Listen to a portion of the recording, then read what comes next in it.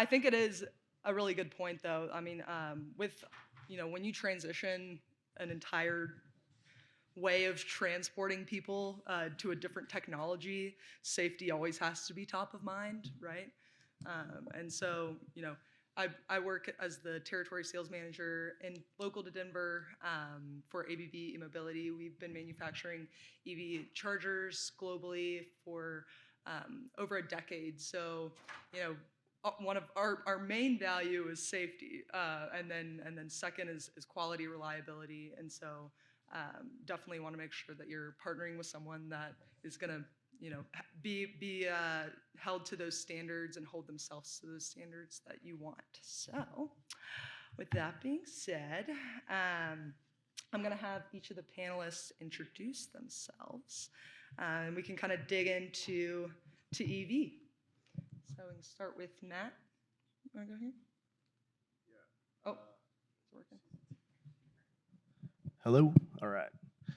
Yeah, hi everybody. My name is Matt Lerman. I work as an infrastructure program manager at the Colorado Energy Office, primarily supporting implementation of the Colorado EV plan and clean truck strategy that includes managing and administering the state's EV charging infrastructure programs, also leading the development and launch of the state's new fleet charging infrastructure program, which recently launched a couple months ago, and then also supporting a number of different policy and data analysis priorities as well, and then formerly worked as a Clean Cities coordinator over at Drive Clean Colorado.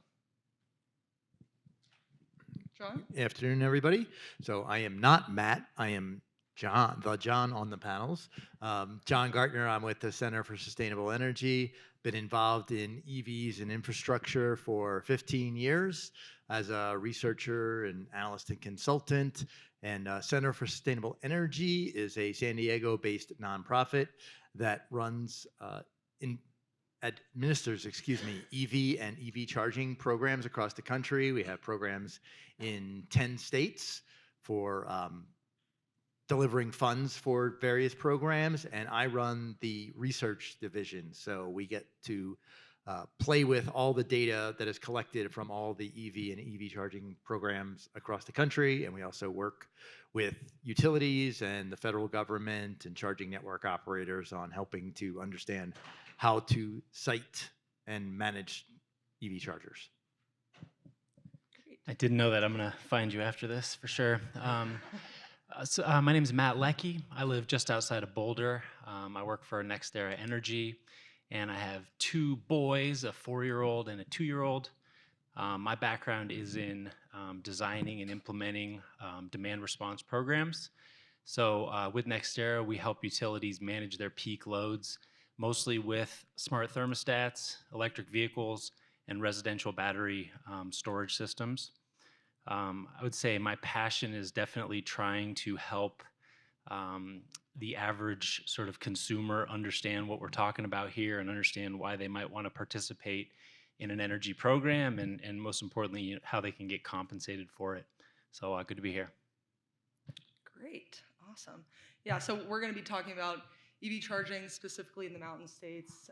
I'm really excited to be here because I focus on the Mountain States, and in California, they've had a long time to kind of develop and get into it and understand how to build up their infrastructure. But in an area where we're very spread out, the urban areas are spread out. It's rural in a lot of areas, and so being able to collaborate in a area like this and bring all of the folks, like our lovely panelists that we have, to come together and kind of talk about what challenges are associated with that and what kinds of things that they've done and are working through, I think will be very insightful. So first, we're going to kind of dig into identifying the site, right? So there's three things that people want to think about when they're wanting to put an EV charger somewhere. They want to identify the site, they want to apply to incentive programs, and build the team to make it happen.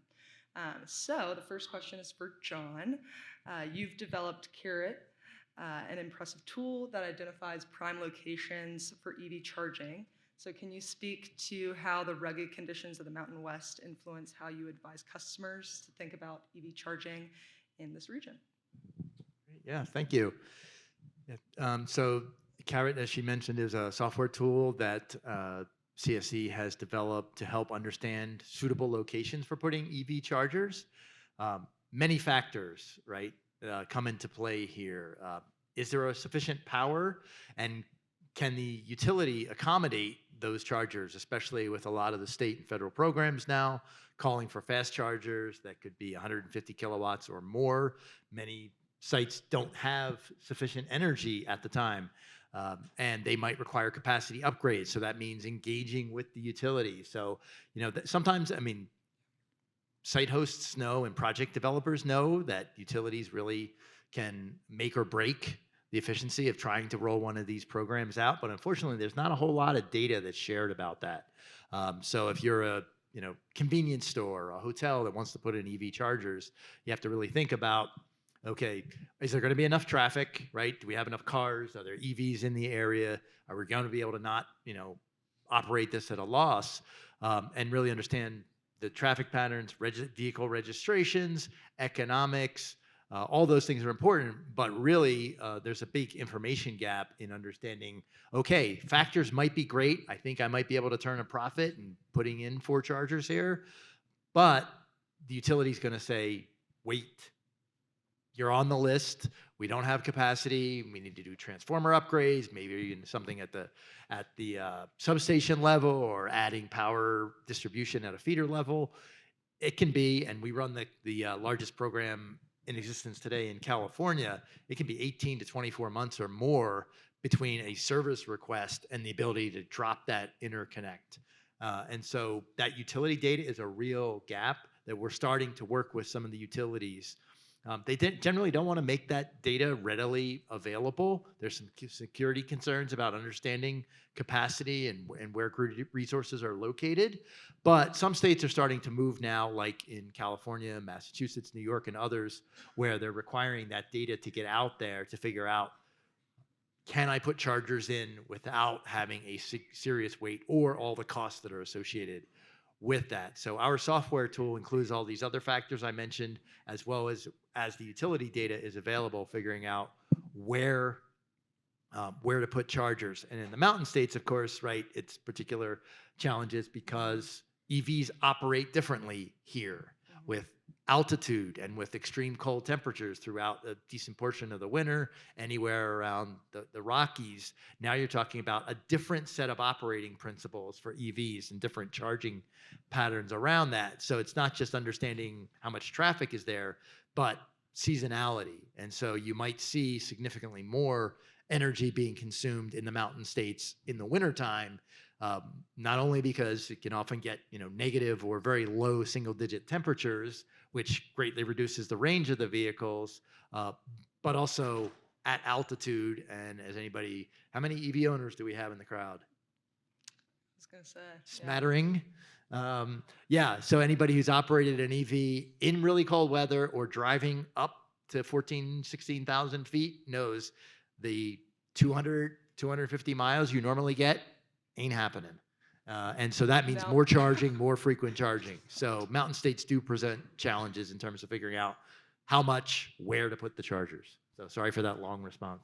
No, that was great. Yeah, I've personally been a driver going up to Winter Park, white knuckling the steering wheel, watching my miles available go down 4 miles for every mile that I was driving, and having to do the calculations in my head, right? That's why we're here, to figure out how to kind of address those things. So that's great. I think data is very important, especially when there's so many different factors that are at play for all of this.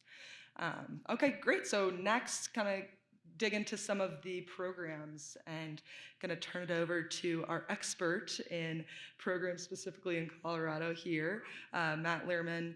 So, ABB is very impressed with all of the programs that the state of Colorado has, and we've worked with Drive Clean Colorado, or with partners to apply for the Drive Clean Colorado programs. So Matt, can you speak to how the state of Colorado is helping grow public charging infrastructure?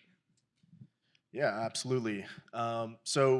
Firstly, once you identify, obviously, all of your siting considerations and potentially work with John to do so, one of the next most important items, of course, is affording the charging stations to be able to deploy them. So the state of Colorado really has been taking a holistic approach to transportation electrification overall.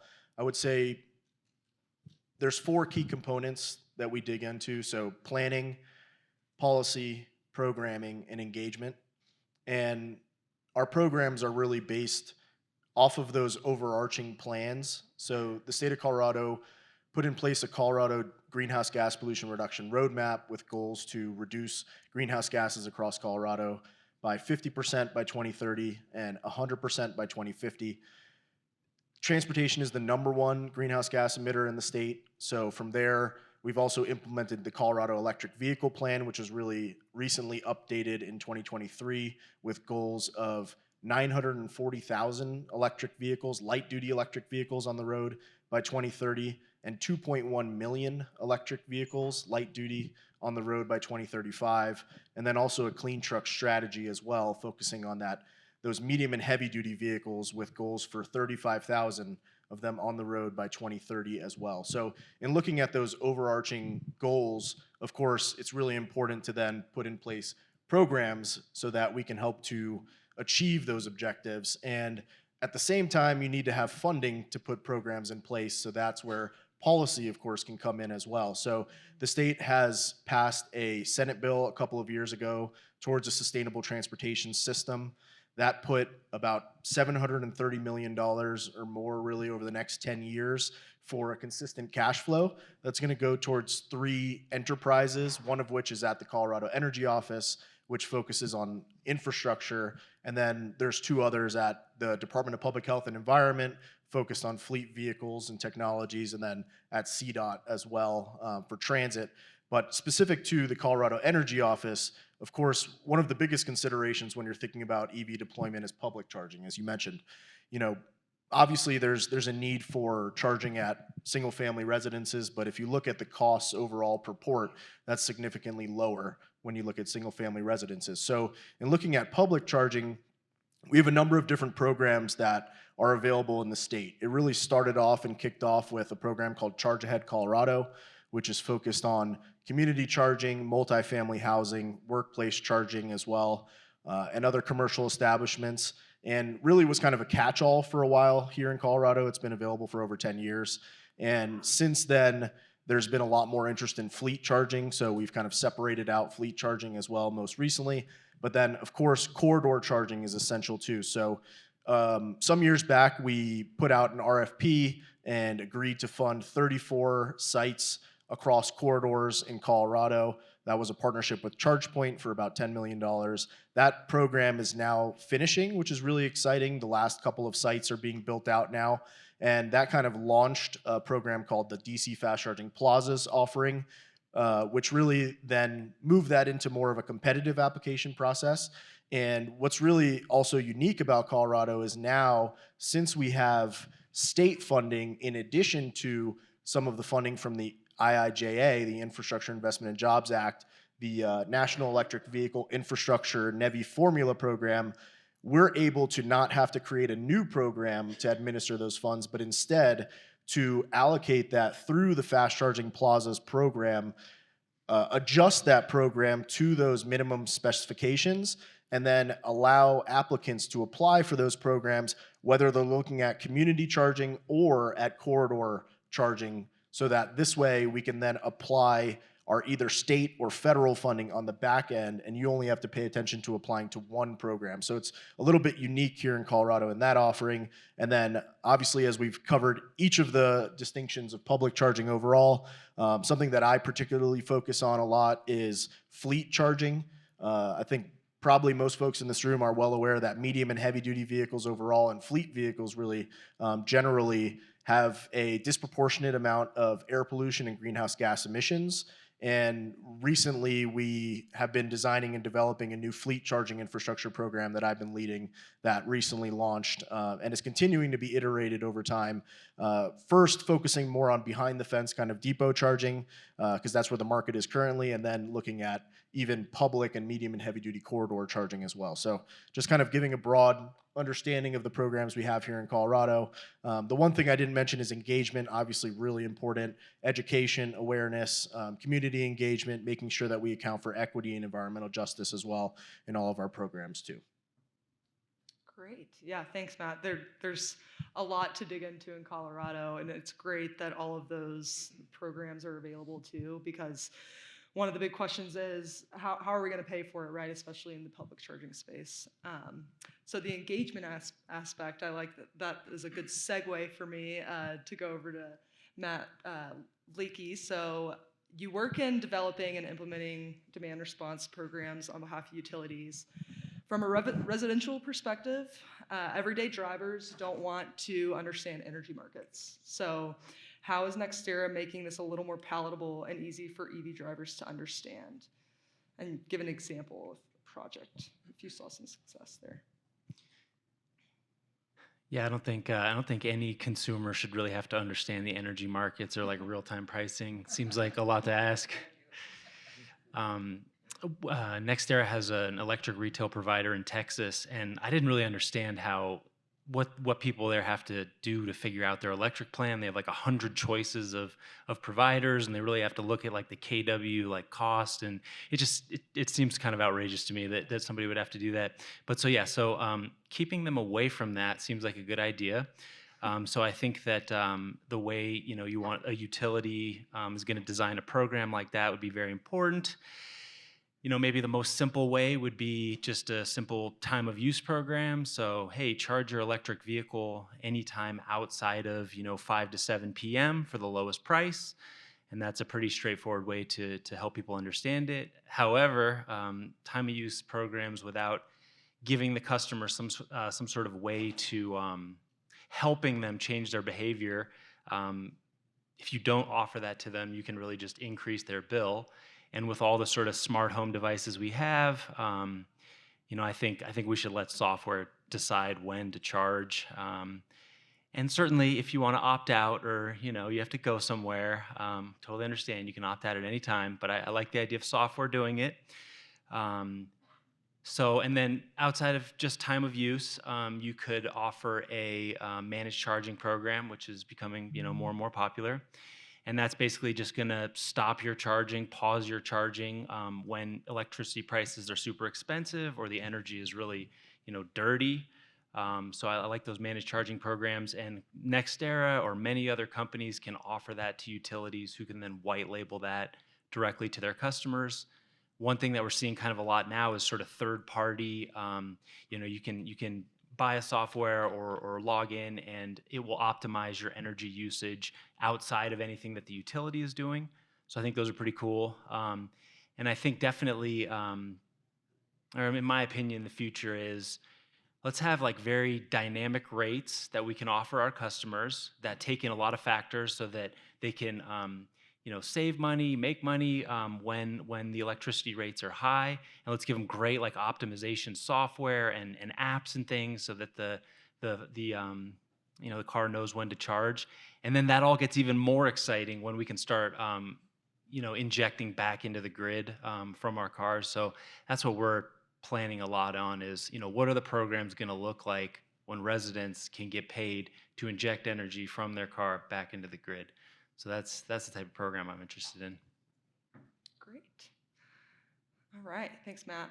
So this is going to be a question, I guess, for everyone, if you can kind of dig into it a little bit. So starting with John, what information is needed to be shared so that infrastructure developers, state agencies, and utilities can accelerate EV charging infrastructure deployment?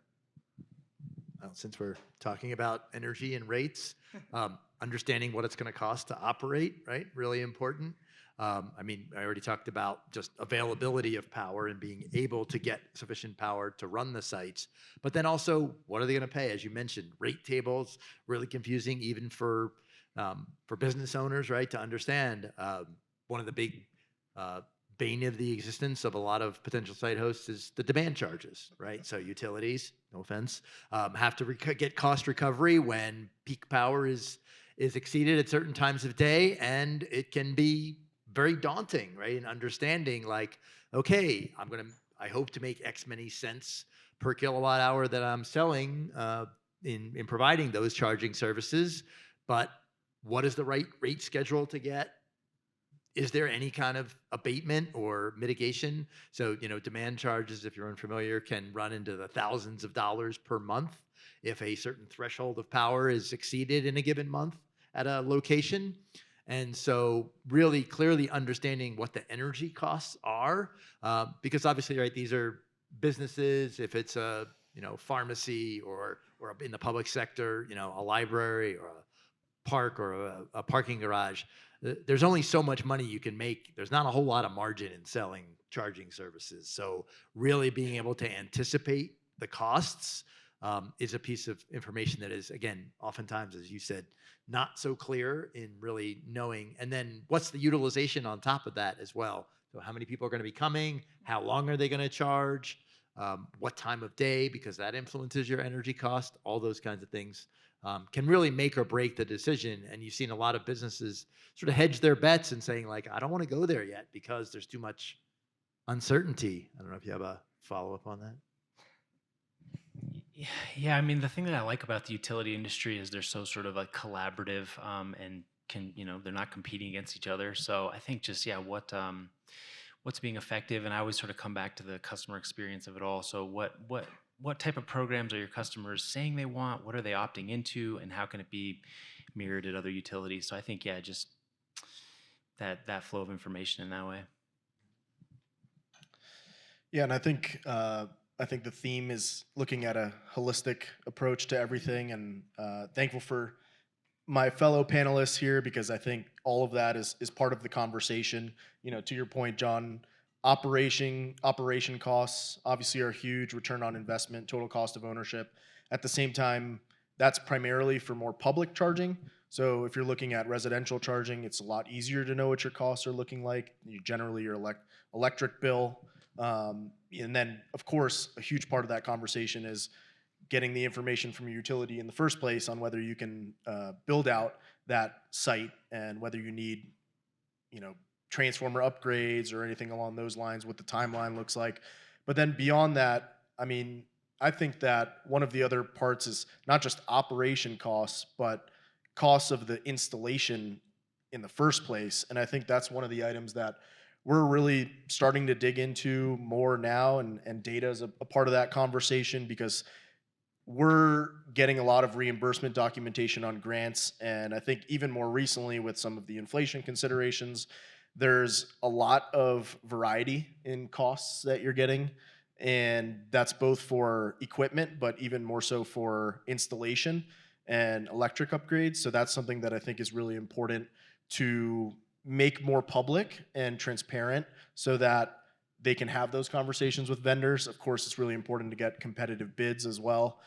And then beyond that, even though we have a lot of programs, the federal government has a lot of programs, utilities have a lot of programs. I think, like Matt said, just to be able to charge your vehicle, you shouldn't have to be an expert in energy. At the same time, to install an EV charging station, especially at a grocery market or a convenience store, no one's working in this industry, even us up here. It's hard to follow all of the different programs that are available and incentives and rules and regulations and everything along those lines. Who do you need to talk to and so on. So that's something that we're consistently working on here in Colorado. And we do have a program called Recharge Colorado that I do want to highlight. Free coaching services across the state, every corner of Colorado. You can get in touch with your local Recharge Colorado coach. They can provide information on both EVs and EV charging, as well as not just the incentives that are available, but why should we even think about electric vehicles? Why are they important? What are the benefits of EVs? And other questions beyond that, and then helping to kind of connect the dots between, okay, if I apply to this program, when do I need to do so? When do I need to contact my utility? What are the rules and requirements as well? Can I combine this funding with utility funding and so on? So there's a lot of information out there that's really important, and education and awareness I think is a really important consideration of that as well. So the Recharge Colorado program is an important part of those efforts here in Colorado too. It's great that Colorado had the foresight to combine programs, as you mentioned. And I would just add on to say, yeah, it's a great incentive when there are programs that can reduce that capital risk out there, like state programs and the federal programs. If you're worried about, for the NEVI programs, the federal programs, four chargers, DC fast chargers at a single location, all in installation cost, capacity upgrades, all those things, you're talking seven figures, right? It's $1 million plus per location. If the state of Colorado or Uncle Sam can contribute up to 80% of that cost, it's much more likely that you'll see a wider variety of organizations contributing and wanting to be site hosts, and really understanding what all those requirements are. You've got utilities like Xcel Energy here that have their own incentive programs. It is also a lot to really understand. It's great that the federal government has the Alternative Fuels Data Center that helps track a lot of those incentives, or other websites like Atlas Public Policy. But reducing that capital risk by knowing, hey, somebody else can foot the majority of the bill, so that we have a chance at getting a decent return on investment is really helpful as well. Great. Yeah. So, I've talked a lot about how cost is a barrier to building out this public charging infrastructure, right? But I kind of want to dig into what specifically are some challenges in the mountain region. So, we talked about topography, and utilities. How do we address those challenges? And with the, fast pace that the industry wants to grow. How do you all kind of see that? Yeah, I'll start with one. So There you go. specifically with like the residential space, one of the things that slows these programs or sort of kills them is how many panel upgrades are needed in homes. And it's a major issue. There's like a few different ways you can kind of go around it, but it just adds like $4,000 or $5,000 of cost. That is something that I think a lot of people are trying to sort out. Obviously, the EV penetration rate varies greatly by state here in the country, and some of the mountain states are not in the forefront, right? It's generally been, Colorado kind of stands out amongst the mountain states in promoting EV adoption, having the state government really be supportive of that, as well as the legislature and the governor's office. EV adoption has been much more prolific on the coasts. And so there is some headwinds when there's less public awareness about the benefits of EVs and the requirements of charging infrastructure, as well as in the state governments, right, at the executive and legislative level. And so that can take a while. I saw that, I don't know if there's any Wyoming folks in the crowd. So they're deciding not to take advantage of the NEVI funding because of a fear of risk.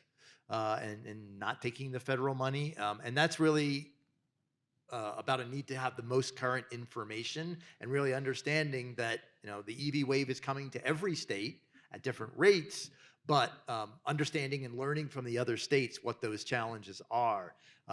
Obviously, in some states, it's pretty easy. Again, we do lots of work in California where my organization is based, and they have goals for 100% electrification. So I think the states to learn from each other and reduce that risk in saying, okay, Idaho's not California and Utah's not California, but what do Idaho and Utah have in common about, as you mentioned, larger rural populations, greater distances between some of the major cities and towns. People do lots of traveling across the states. And so I think there's a lot of data and information that can be shared for the mountain states acting as in uniform, like having this event here and talking about the commonalities and where the states are as far as their electrification roadmap. Again, Colorado is doing a great job. And I'm not just saying that because I live here, but in really setting the tone for what other mountain states can do, and coordinating through the Rev West program in working with the other states in encouraging EV adoption and understanding infrastructure. Yeah, and I'll just add a few other considerations, both Colorado specific and beyond, is that one thing to highlight is that Colorado has more than 50 utilities. So if you look at a map, it's a pretty jigsaw puzzle-ish in terms of both investor-owned utilities, our two biggest ones, Excel Energy and Black Hills Energy, and then also cooperative and municipal utilities, which have completely different business models and don't have that opportunity to kind of rate base some of their investments like some of the bigger utilities here. So that's something that the state has always been really focused on, particularly. So our utilities here in Colorado, the investor-owned utilities, Excel and Black Hills both have requirements to file transportation electrification plans. They're actually both in the midst of doing their second version of those and offering programs and incentives through that offering. And then in addition, the cooperative municipal utilities, we work really closely with them. We have a work group called the Colorado Electric Vehicle Coalition, and then that has a number of different subgroups as well. So I actually lead the beneficial electrification of transportation subgroup, which primarily focuses on utility coordination, both with the IOUs and the cooperative municipal utilities, so that we can help to provide that guidance, that information. Obviously, there's a lot less capacity in those organizations. We also recently partnered with the Harvard Kennedy School for an event that we called a rural, medium, and heavy-duty electrification scrum. So that's one of kind of those major thorny topics when you think about medium and heavy-duty electrification in rural communities, as we mentioned, more space between communities and charging, and brought everybody together, number of stakeholders, for about a day and a half to really dig in and identify some actionable strategies going forward. So just making sure that we're part of that conversation and we're really having that consistent coordination across the state and all these utility territories.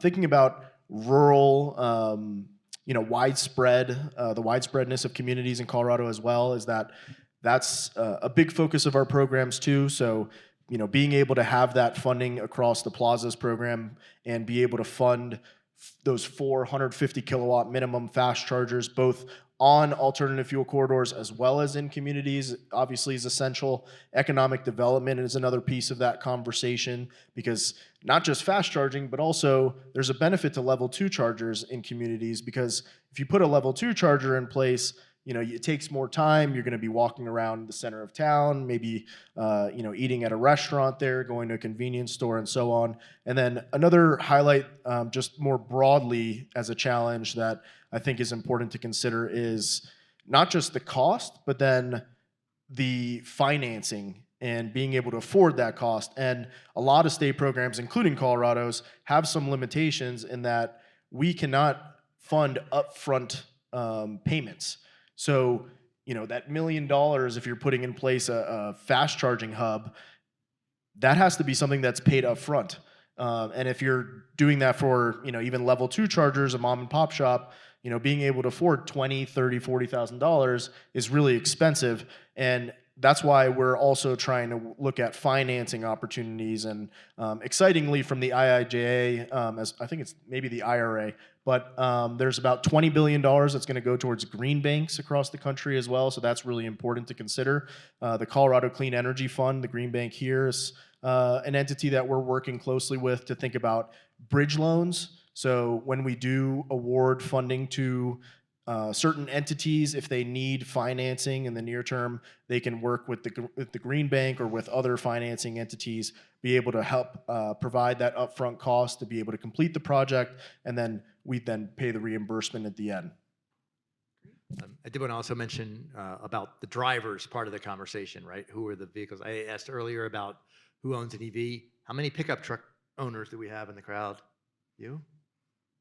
Similar-ish number. So obviously pickup trucks are very popular here in the Mountain States. I was checking the numbers on EV sales in 2022 across the country, and there is a difference. So across the entire US, only 13% of the EV purchases were plug-in hybrids, 87% battery electrics, but in the Mountain States in particular, it's actually 23% buy plug-in hybrids. And why? That's an understanding of range anxiety and knowing that, again, a battery electric vehicle may not get you all the way over the pass and to the other side in the middle of winter. And so I think EV drivers, people considering EVs here in the Mountain States, are more comfortable with a plug-in hybrid that might have 450 to 500 miles of total range, just to know, hey, I've got that gas engine.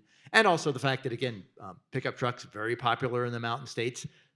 there were none up until a year ago, right? And people have flocked to the Lightning and Rivian, and we're going to see a whole lot more with GM and Ford and Stellantis all coming out, and Tesla with vehicles that are aimed at a different audience, which is likely to be fairly popular in this part of the country. Yeah, yeah, definitely. That's a very good point. So I'm gonna switch gears, go over to Matt. From a residential perspective, what can utilities do to increase the number of EVs under managed control? Do you want to touch on that a little bit? Or Yeah, totally. I think one of the biggest mistakes that the utilities make is being injected in the conversation too late.